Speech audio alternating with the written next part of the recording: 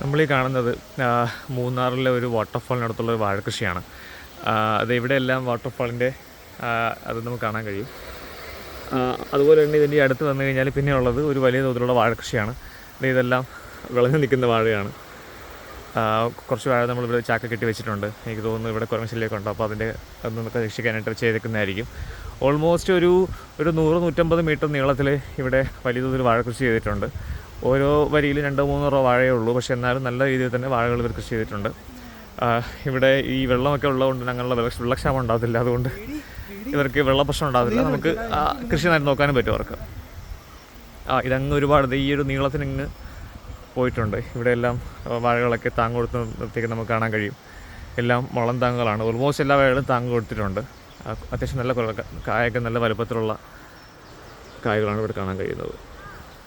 അപ്പോൾ ഇതാണ് മൂന്നാറിനടുത്തുള്ള വെള്ളച്ചാട്ടത്തിനടുത്തുള്ള വാഴക്കൃഷി.